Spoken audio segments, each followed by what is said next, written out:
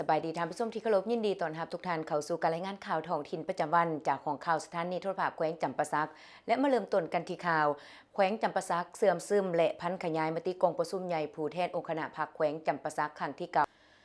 วันที่22มังกร2026แขวงจำปาสักได้จัดกองประชุมเสื่อมซึมและพันขยายมติกองประชุมใหญ่ผู้แทนองค์คณะพรรคแขวงสมัยที่เก่าของแขวงสำหรับพนักงานนำพาคุ้มครองทั่วแขวงจำปาสักกองประชุมจัดขึ้นอยู่ที่สโมสรของแขวงโดยการเป็นประธานของสหายอรุณไซศูนย์นราดกรรมการศูนย์กลางภาคเลขาคณะบริหารงานภาคแขวงโอกาสกล่าวเปิดกองประชุมสหายปริญญาเอกอรุณไซศูนย์นราดเลขาคณะบริหารงานภาคแขวงมีคำเห็นว่าโดยปฏิบัติตามคำสั่งแนะนำของคณะเลขาธิการศูนย์กลางภาคเกี่ยวกับการจัดตั้งคนครัวเสื่อมซึมมติกองประชุมใหญ่ครั้งที่11ของพรรคก็คือการคนครัวปรึกษาหารือและตกลงเห็นดีเป็นเอกภาพในคณะประจำพรรคแขวงเพื่อเสื่อมซึมกำเนิดมติกองประชุมใหญ่ครั้งที่11ของพรรคสำหรับพนักงานนำพาคุ้มครองและพนักงานลักเลงทั่วแขวงจำปาสักกองประชุมใหญ่ครั้งที่12ของพรรคประชาชนปฏิวัติลาวได้รับรองเอาโครงการการเมืองสำหรับระยะ2026-2030โดยได้ยืนยันเกี่ยวกับการสืบต่อนำพาการเปลี่ยนแปลงใหม่ให้มีผลสำเร็จใหม่โดยการสร้างบัตรกาวบุกทะลุบรรลุเป้าหมายสหัสวรรษด้านการพัฒนาในปี2030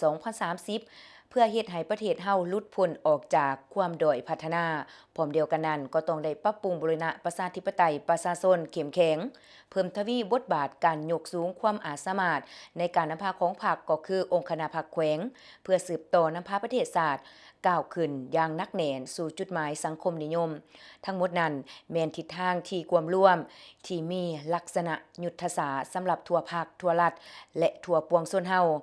ทั้งแมนขาดไม้สู่ซนที่ภาคเฮาต้องนำพาจัดตั้งปฏิบัติให้เป็นจริงสหายยังใดกล่าวตื่นว่าเพื่อปฏิบัติบรรดาทิศทางที่ยุทธศาสตร์และขาดไม้สู่ซนกล่าวให้ปรากฏผลเป็นจริงคณะประจำภาคแขวงจึงได้ตกลงจัดตั้งการเสื่อมซึมครั้งนี้ขึ้นเพื่อสร้างความเป็นเอกภาพด้านความรับรู้ต่อบรรดาเนื้อในที่สำคัญที่มีลักษณะความร่วมและเป็นพื้นฐานในมติครั้งที่เก่าโดยเฉพาะแมนปัญหาใหม่บนพื้นฐานความรับรู้ที่เป็นเอกภาพต้องมีทัศนะมีความตัดสินใจที่เป็นเอกภาพและมีความเด็ดเดี่ยวเฮ็ดแท้ทำจริงในการพันขยายและจัดตั้งปฏิบัติให้มีผลสำเร็จใหม่ที่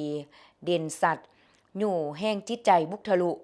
ก็คือความกล้าหาญประดิษฐ์สร้างกล้าคิดกล้าเฮ็ด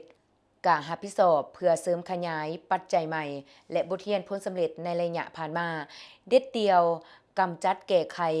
แนวคิดรักษาเดิมขี่ข้านมักง่ายและแบบแผนอาชญาสิทธิ์ให้ตกไปรับประกันในการจัดตั้งปฏิบัติดำเนินไปอย่างถูกทิศและนับมือมีประสิทธิผลสูงขึ้นอิงตามจุดประสงค์ดังกล่าวนี้คณะประจำภาคแขวงจึงได้ตกลงเอาเอกสาร3บทที่สำคัญซึ่งได้สังรวมเอาบรรดาทฤษฎีแนวทางและบทเรียนของภาคเฮาอย่างเป็นระบบพร้อมกันนั้นก็มีการสีนำทางด้านทัศนะและให้ทิศเกี่ยวกับการจัดตั้งปฏิบัติมาติเก่า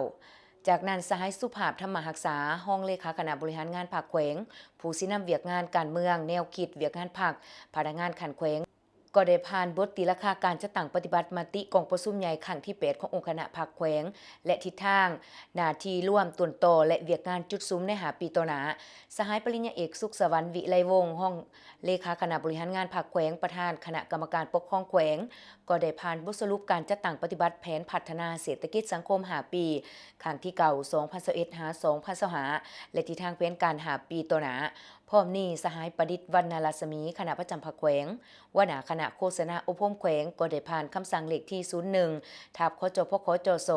ลงวันที่3พฤศจิกายน2025ว่าด้วยการจัดตั้งเสื่อมซึมและพันขยายมติกองประชุมใหญ่ผู้แทนองค์คณะภาคแขวงจำปาสักครั้งที่เก่า